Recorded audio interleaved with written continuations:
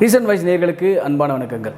இயக்குனர் இமயம் பாரதி ராஜா நிறைய இன்றைக்கி இருக்கிற ஜென்ஸ் கிட்ஸுக்கு அந்த இயக்குனர் என்ன மாதிரி படம் பண்ணியிருக்காரு, எப்பேற்பட்ட ஒரு மாமனிதர், கிட்டத்தட்ட 42 படங்களை அவர் இயக்கி தமிழ் சினிமா உலகத்துக்காக கொடுத்துருக்கார். அவருடைய முதல் திரைப்படமே என்ன படம் தெரியுமா? 16 வயதினிலே. இந்த திரைப்படத்தில் தான் நடிகை ஸ்ரீதேவி, ரஜினிகாந்த் பரட்ட பற்ற வச்சிட்டியே இன்றைக்கி நம்ம பேசிகிட்டு இருக்கோம் பார்த்தீங்களா, அந்த டைலாக்கை முதல்ல கொண்டு வந்த திரைப்படம் என்ன தெரியுமா? கூலியில் படத்தில் கூட ஒரு பாட்டு வரும் பாருங்க, பற்ற வச்சிட்டியே பரட்ட அப்படின்ட்டு. இந்த ஒரு டைலாக் இடம்பெற்ற திரைப்படம் தான் 16 வயதினிலே. சப்பானி அப்படின்னு ஒரு கேரக்டர் கமலஹாசன் இன்று வரை அந்த மாதிரி ஒரு கேரக்டர் பண்ண முடியலேன்னு பல நடிகர்கள் தவிச்சிட்டு இருக்காங்க. அப்பேற்பட்ட கேரக்டர் கொடுத்த படம் தான் 16 வயதினிலே. கிட்டத்தட்ட ஒரு 42 படங்கள் இயக்கியிருக்கிற இந்த பாரதி ராஜா அவர்கள் ஒவ்வொரு ஜானர்லையும் படம் பண்ணியிருக்கார். ஆக்ஷன் பண்ணியிருக்கார், த்ரில் படம் பண்ணியிருக்கார், சஸ்பென்ஸ் த்ரில்லர் பண்ணியிருக்கார், நெகட்டிவ் ரோல் படங்கள் வச்சு பண்ணியிருக்கார், சமுதாயத்துக்கு தேவையான முக்கியமான படமும் பண்ணியிருக்கார். இவ்வளோ வகையான படங்களை பாரதி ராஜா அவர்கள் தமிழ் சினிமா உலகத்துக்காக, இந்த மக்களுக்காக கொடுத்துருக்கார். எப்போவுமே படம் போடுறதுக்கு முன்னாடி என் இனிய தமிழ் மக்களே அப்படின்னு சொல்லிட்டு தான் அவருடைய படமே ஸ்டார்ட் ஆகும். என் இனிய தமிழ் மக்களே, உங்கள் பாசத்திற்குரிய பாரதி ராஜா. அந்த அளவுக்கு தமிழ் மண் மீதும் தமிழ் மீதும் பெரிய பற்று கொண்டவர் தான் இந்த இயக்குனர் பாரதி ராஜா அவர்கள். நம்ம நினச்சிக்கிட்டு இருக்கோம் பாரதி ராஜா ஒரு இயக்குனர்ப்பா, சாதாரண ஒரு ஆள், அவர் என்னப்பா பெரிய இதுவா அப்படின்ற மாதிரி நிறைய பேர் நீங்கள் நினச்சிட்ருக்கீங்க. அவர் சாதாரண ஆள்லாம் கிடையாது. இன்றைக்கி தமிழ் சினிமா உலகத்தில் பல ஜாம்பவான்களை உருவாக்கினவர் பாரதி ராஜா. ஒரு இதுவே சொல்லுவாங்க, பாரதி ராஜா பற்ற அப்படின்வாங்க. ஏன்னா பாரதி ராஜா கிட்டேருந்து நீ ட்ரெயின் எடுத்துகிட்டு வந்தேன்னா உனக்கு அவ்வளோ அறிவு இருக்கும், இயக்குனராகிறதுக்கு உனக்கு அவ்வளோ அறிவு இருக்கும் அப்படின்னு நிரூபித்த ஒரு இயக்குனர் யாருன்னா பாரதி ராஜா. பாரதி ராஜா படங்கள் சிட்டியை விட இந்த வில்லேஜ், இந்த டவுன் சைட்லாம் பார்த்தீங்கன்னா என்னடா இப்படி ஓடுது படம் அப்படின்ற மாதிரி மக்களே மிரண்டு போன ஒரு இயக்குனர் யாருன்னு பார்த்தீங்கன்னா தமிழ் சினிமா உலகத்தில் பாரதி ராஜா தான். ஒரே ஒரு உதாரணம் மட்டும் உங்களுக்கு சொல்கிறேங்க. அவரது 30வது திரைப்படம் கிழக்கு சீமையிலேன்னு ஒரு படம். அந்த படத்தில் முன்னணி நடிகர்கள் கிடையாது, முன்னணி கதாநாயகர்கள் கிடையாது, முன்னணி காமெடியர்கள் கிடையாது. பெரும்பாலும் பார்த்திங்கன்னா அந்த படத்தில் பெரிய ஜாம்பவான் நடிகர்கள்லாம் போட்டு ஒரு படமே பண்ணலைங்க. சாதாரண ஒரு விஜயகுமார்ன்ற ஒரு நடிகர், சாதாரண நெப்போலியன்ற ஒரு நடிகர், அப்போ வடிவேலு காமெடியான வளம் வந்துட்டுருக்க டைமு, அப்போ தான் முன்னேறி வட்ட டைமு, நடிகர் விக்னேஷ், அப்புறம் ராதிகா, இவங்க எல்லாரையும் போட்டு ஒரு படம் பண்ணார். இது சாதாரண ஒரு அண்ணன் தங்கச்சி கதை. இந்த கதையை எடுத்து ரிலீஸ் பண்ணார். முதலாக பாரதி ராஜா படத்துக்கு ஏஆர் ரகுமான் இசை அமைத்த திரைப்படம். அதுக்கு முன்னாடி வரைக்கும் பார்த்தீங்கன்னா எல்லா படங்களுக்கும் இளையராஜா தான் இசை பண்ணியிருப்பார். ஆனால் அந்த படம் தான் முதல்ல ஏஆர் ரகுமான் இசையமைச்ச திரைப்படம். ஏஆர் ரகுமான் வெறும் வெஸ்டர்ன் ஸ்டைலில் தான் அடிப்பார், வேறு எதுவும் தெரியாது அப்படின்ற மாதிரி விமர்சனம் இருந்த காலகட்டம் அது. அப்போ எனக்கு நாட்டுப்புற கலைஞர்கள் இசையமைக்கிற இசை கூட என்னால் அடிக்க முடியும் நிரூபித்த படம் கிழக்கு சீமையிலே. உங்களுக்கு நிறைய பேர் தெரியுமா? அந்த படத்தில் உள்ள பாட்டை கேட்டிருக்கீங்களா? கிராமிய மண் வாசனை மிகுந்த ஒரு இசை அமைச்சிருப்பார் ஏஆர் ரகுமான் அவர்கள் கிழக்கு சீமையிலேன்ற படத்தில். அந்த படத்தோட பாட்டு இப்போ கூட யூடியூப்ல இருக்கும், போய் கேட்டு பாருங்கள். ஆத்தங்கர மரமேன்னு ஒரு பாட்டு இருக்கும், கத்தாழங்காட்டு வழி ஒரு பாட்டு இருக்கும், மானூத்து மந்தையிலன்னு ஒரு பாட்டு இருக்கும். இது எந்த மியூசிக் எல்லாம் பார்த்தீங்கன்னா இது ஏஆர் ரகுமான் அமைச்ச மியூசிக்கா, ஏஆர் ரகுமான் அடித்த மியூசிக்கா அப்படின்ற மாதிரி ஏஆர் ரகுமானையே மாற்றுப்பாதையில் கொண்டு ஏஆர் ரகுமானால் இப்படிலாம் அடிக்க முடியும்னு நிரூபித்து வைத்த இயக்குனர் பாரதி ராஜா. பாரதி ராஜா அவர்கள் இன்று அகாலம் மரணம் அடைஞ்சிருக்காரு. அதை கேட்கும்போதே நிஜமாக சொல்ல போனால் ரொம்ப மனவேதனையாக இருக்குது சார். வயது முதிர்ச்சி காரணமாக இருந்தால் கூட பாவம் அவருடைய இறுதி சடங்கு செய்யறதுக்கு கூட அவரது மகன் இல்லைங்க. உங்களுக்கே தெரியும் மனோஜ் பாரதி ராஜா, அவரும் இப்போ தான் சமீபத்தில் மரணம் அடைந்தார். உங்களுக்கு தெரியும் மனோஜ் பாரதி ராஜா யாருன்னு தெரியும். தாஜ்மஹால் படத்தில் முதல்ல ஹீரோவாக அறிமுகப்படுத்தப்பட்டவர் தான் மனோஜ் பாரதி ராஜா. அதுக்கப்புறம் அல்லு அர்ஜுனா, இன்னும் பல படங்கள், சமுத்திரம், இப்போ லேட்டஸ்ட்டாக கூட மாநாடு படத்தில் ஒரு எஸ்ஐ கேரக்டர் வருவார், நீங்கள் கவனிச்சிருப்பீங்க அந்த படத்தில் கூட. ஸோ அந்த அளவுக்கு தனது மகனை ஒரு முன்னணி நடிகராக ஆக்க முடியலையே அப்படின்ற ஒரு கவலையும் பாரதி ராஜாவுடைய மனசில் இருந்திருக்கு. நிஜமாக சொல்லப்போனால் அதுவே ஒரு மன வேதனை தான் அவருக்கு. ஏன்னா இன்றைக்கி தமிழ் சினிமா உலகத்தில் ஒரு சாதாரண நடிகர்களுடைய மகன்கள், ஒரு சாதாரண இயக்குனருடைய மகன்கள், ஒரு சாதாரண அந்த காலத்தில் சாதாரணமாக பெரிய ஸ்டார்லாம் இல்லைப்பா, அவர் ஒரு சாதாரண ஆளுப்பா, அவர் சாதாரண நடிகர்ப்பா, அவர் பெரிய ஃபேன் பேஸு, பெரிய லெஜெண்டான ஹீரோவா இல்லைப்பா. அந்த மாதிரி ஹீரோவுடைய பசங்கள் கூட இல்லாத ஒரு நடிகர்களோட பசங்கள் எல்லாம், வாரிசுகள் எல்லாம் இன்றைக்கி பெரிய ஆள் ஆகிட்டாங்க. பட் நம்ம தமிழ் சினிமா உலகத்துக்கே ஒரு முன்னோடியாக திகழ்ந்த நம்மளால் நம்ம பையனை டெவலப் பண்ண முடியலையே அப்படின்ற ஒரு ஆதங்கமும் அவர் மனசில் இருந்தது. இதுக்காக மற்ற நடிகர்களை குறை சொல்ல, பட் என்ன இருந்தாலும் வந்து ஒரு முன்னணி எப்பேற்பட்ட இயக்குனர், அவரது இயக்குனரோட மகனே ஒரு முன்னணி நடிகராக மாற்ற முடியலையே அப்படின்ற ஒரு கவலை அவர் மனசில் இருந்துட்டு தான் சேர்ந்தது. ஏன்னா அவரது மகன் இறப்பு கூட அவர் எப்படி மனவேதனையில் எப்படி அழுதுன்னு குமிரின்னு வந்தாலும் உங்கள் எல்லாருக்குமே தெரியும்.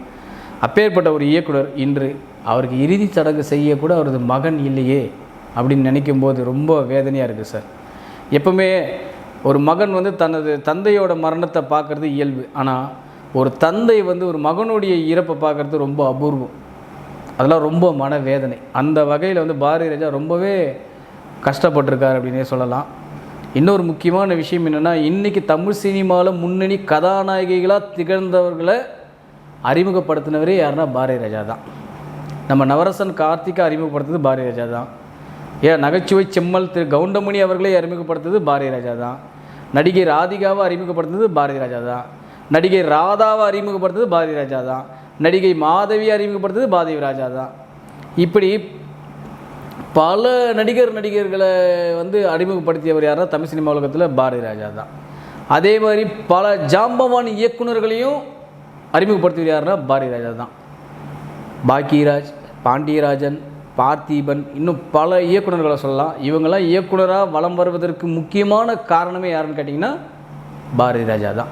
பாரதி ராஜாவோட அசிஸ்டண்ட்டா சார் படம் பண்ணுங்கள் சார், கதை இதெல்லாம் வேணாம் சார், நீங்கள் பாரதி ராஜா சார்கிட்ட அசிஸ்டண்ட்டாக இருந்து வந்திருக்கீங்க, கதை வேணாம் சார், படம் புக் பண்ணுங்கள் சார், அப்புறம் நீங்கள் கதையை சொல்லுங்கள் சார் அப்படின்ற காலகட்டம்லாம் இருந்து தயாரிப்பாளர்கள் மத்தியில் பாரதி ராஜாவோட அசிஸ்டன்ட் டைரக்டரா முதல்ல படம் ஓகே பண்ணுங்கள் சார், அப்புறம் நம்ம கதை டிஸ்கஷன் பண்ணிக்கலாம் சார் அப்படின்ற மாதிரி ஒரு காலகட்டம்லாம் இருந்தது பாரதி ராஜா அவர்களுடைய காலகட்டத்தில்.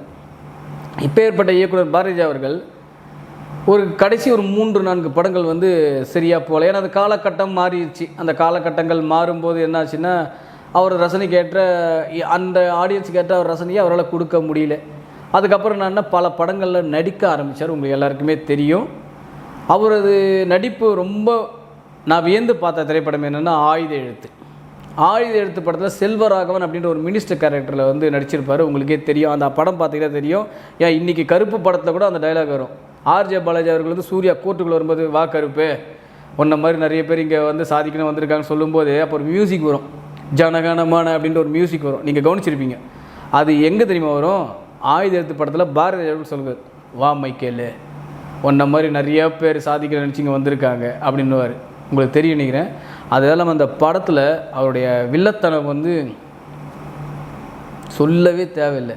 ஒரு இயக்குனருக்கு வில்லத்தனத்தை சொல்லிக் கொடுக்கணுமா அந்த அளவுக்கு வந்து ஒரு பர்ஃபார்ம் பண்ணியிருப்பார் பாரதி. நான் ரொம்ப வியந்து பார்த்த திரைப்படம் வந்து பாரதியோட நடிப்பு. என்னடா இது வில்லனில் இப்படி கலக்கிறாய் இந்த மனுஷன் அப்படின்ற மாதிரி வியந்து பார்த்த திரைப்படம் வந்து ஆயுத எழுத்து. அந்த படத்தில் நிறைய பேர் வந்து பார்க்காதவங்க பாருங்கள். பாரதியோட கேரக்டர் அந்த அளவுக்கு அல்டிமேட்டாக இருக்கும் அந்த படத்தில். ஏன்னா சொல்லப்போனால் சூர்யா பாரதி ராஜா தான் அந்த படமே. ஆக்சுவலாக அந்த படமே வந்து சூர்யா, மாதவன், பாரதி ராஜா அந்த 3 பேர் தான் படமே. அந்த படம் ஆக்சுவலாக சொல்லப்போனால் அந்த அளவுக்கு வந்து ஒரு மிக பிரம்மாண்டமாக நடிச்சிருப்பார் பாரதி ராஜா அவர்கள். இந்த பாரதி ராஜாவுடைய இந்த மரணம் வந்து எந்த அளவுக்கு இழப்பு அப்படின்னு நீங்கள் கேட்குறீங்களா?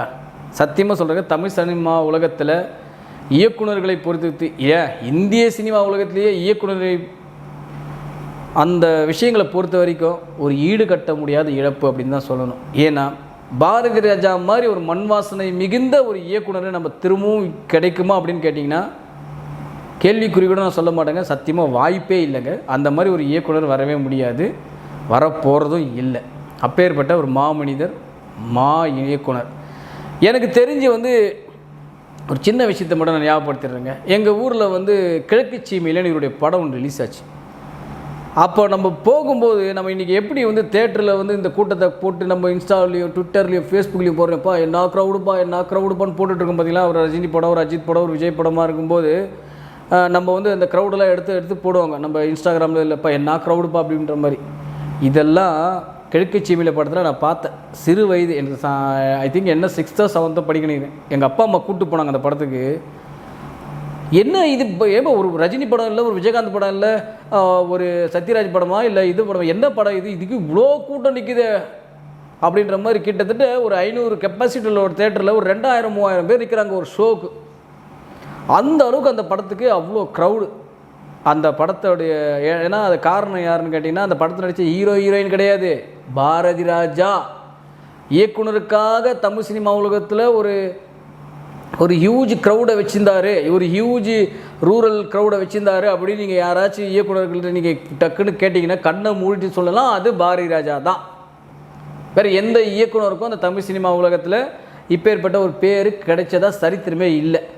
ஒரு இயக்குனர் படம் சார், ரூரல் ஏரியாவில் ஒரு ஹியூஜ் க்ரௌடை வச்சுருக்கோம் சார். அவர் படம் வந்தால் போதும் சார், ரூரல் வில்லேஜ் இருக்கிற மக்கள் மாட்டு வண்டியை கட்டிட்டு கிளம்புவாங்க சார்.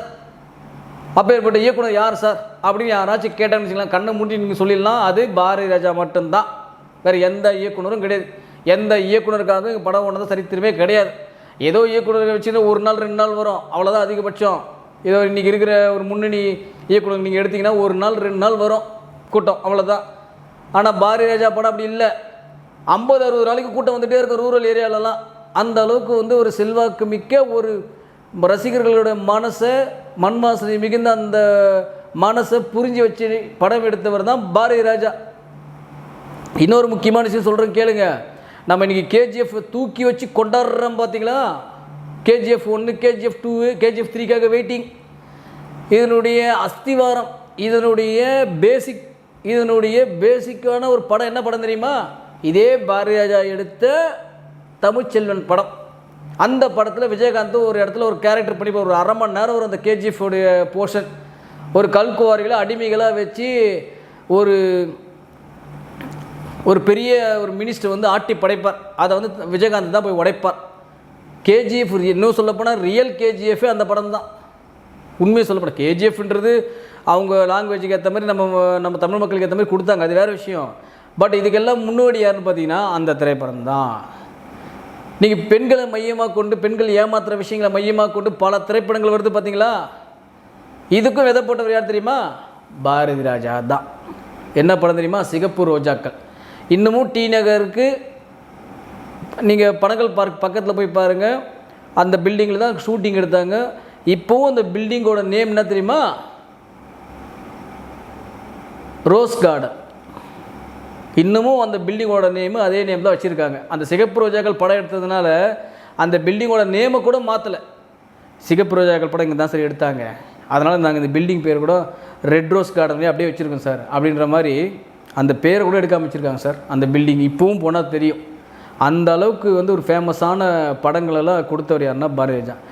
இன்றைக்கி பல சஸ்பென்ஸ் த்ரில்லர் படங்கள், பல என்ன சொல்கிறது கிட்னாப்பிங் படங்கள், இதுக்கு எல்லாம் விதை போட்டவர் யார் தெரியுமா? Bharathi Raja. Tick tick tick அப்படின்னு ஒரு படம், ஸ்மக்லிங் படம், அது உங்களுக்கு தெரியும் நினைக்கிறேன். வைரத்தை கடத்தி கொண்டு எப்படியெல்லாம் கடத்துவாங்க அப்படின்றத விலாவரியாக ஒரு சஸ்பென்ஸரோடு எடுத்த படம் தான் டிக் டிக் டிக். அதுக்கும் முன்னோடி யார் தெரியுமா? பாரதி ராஜா படம் தான். ஸோ இந்த அளவுக்கு பாரதி ராஜா ஒரு வித்தியாசமான கண்ணோட்டங்களை மக்களை மகிழ்வித்தவர் தான் இந்த இயக்குனர். இவருடைய இழப்பு ஒரு ஈடு கட்ட முடியாத இழப்பு. என்ன ஒரு பெரிய சோகனா, அவருடைய இறுதிச் சடங்கு செய்யறது கூட தன் மகன் இல்லையே அப்படின்னு நினைக்கும்போது அது இன்னும் ரொம்ப மனவேதனை அளிக்கிறது. பாரதி ராஜா அவர்களுடைய இந்த இழப்பு ஈடு கட்ட முடியாத இழப்பாக இருந்தாலும் அவருடைய ஆத்மா இறைவனிடம் சாந்தி அடையணும் என்று நம்ம சேனல் சார்பாகவும் உங்களுடைய சார்பாகவும் என்னுடைய சார்பாகவும் ஆழ்ந்த இரங்கலை நாம் தெரிவித்துக் கொள்கிறோம். நிச்சயமாக பாரதி ராஜா இமயத்தை தாண்டிய சிகரம். மீண்டும் சந்திப்போம். நன்றி, வணக்கம். பூங்காத்து திரும்புமா ஏன் பாட்ட விரும்புமா. இது போல பல வீடியோக்களை கண்டு மகிழ எங்களது ரீசன்ட் வாய்ஸ் சேனலை மறக்காம சப்ஸ்கிரைப் பண்ணுங்க.